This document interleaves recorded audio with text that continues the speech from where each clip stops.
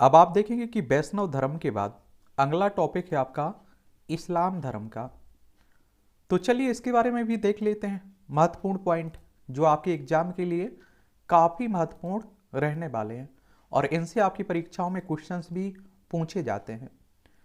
तो आप देखेंगे कि इस्लाम धर्म का संस्थापक किसे माना जाता है? हजरत मोहम्मद साहब को माना जाता है।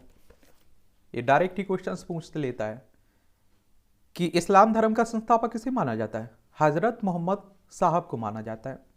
और हजरत मोहम्मद साहब का जन्म 570 ईस्वी में एडी में मक्का में प्रमुख कुरैश कबीले में हुआ था और उनके पिता अब्दुल्ला और माता अमीना थी। उनका लालन पालन उनके चाचा अबू तालिब ने किया था। और देखिए वनडे एग्जाम में क्या होता है कि माँ बाप से भी क्वेश्चंस पूछ लेता है। माँ का नाम क्या था, पिता का क्या नाम था, चाचा का क्या नाम था, जन्म कहाँ हुआ, कब हुआ जन्म। हजरत मोहम्मद साहब को 610 एडी में मक्का के पास हीरा नामक गुफा में ज्ञान की प्राप्ति हुई थी। और आप देखेंगे कि 24 सितंबर 1622 को पैगंबर के मक्का से मदीना की यात्रा इस्लाम जगत में मुस्लिम संवत हिजरी संवत के नाम से जाना जाता है इसे। और मोहम्मद की शादी 25 वर्ष की अवस्था में खदीजा नामक विधवा के साथ हुई थी।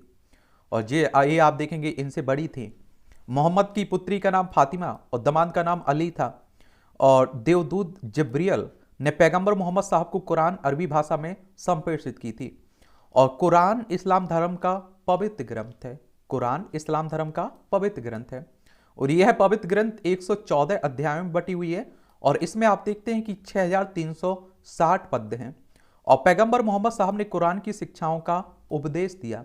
और हजरत मोहम्मद साहब की मृत्यु 8 जून 632 को हुई थी। इन्हें मदीना में दफनाया गया था। और मोहम्मद साहब की मृत्यु के बाद इस्लाम सुन्नी और शिया नामक दो पंथों में विभाजित हो गया था। सुन्नी उन्हें कहते हैं जो सुन्ना में विश्वास करते हैं और सुन्ना पैगंबर मोहम्मद साहब के कथनों और कार्यों का विवरण है। और सुन्नी की बात अगर हम लोग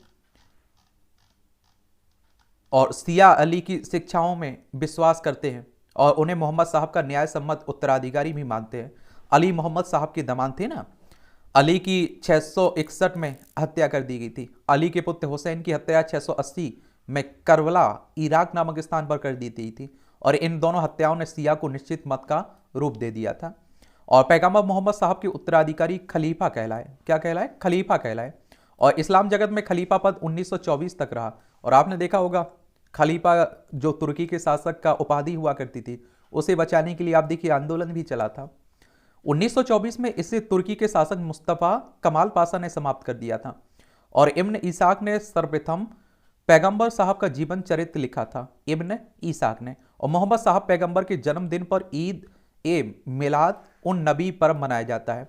कब? मोहम्मद साहब पैगंबर के जन्मदिन पर। भारत में सर्वप्रथम इस्लाम का आगमन अरबों के जरिए हुआ 712 ईस्वी में एडी में। अरबों ने सिंध जीत लिया था। सबसे पहले भारत के इसी भाग में इस्लाम एक महत्वपूर्ण धर्म बन गया था।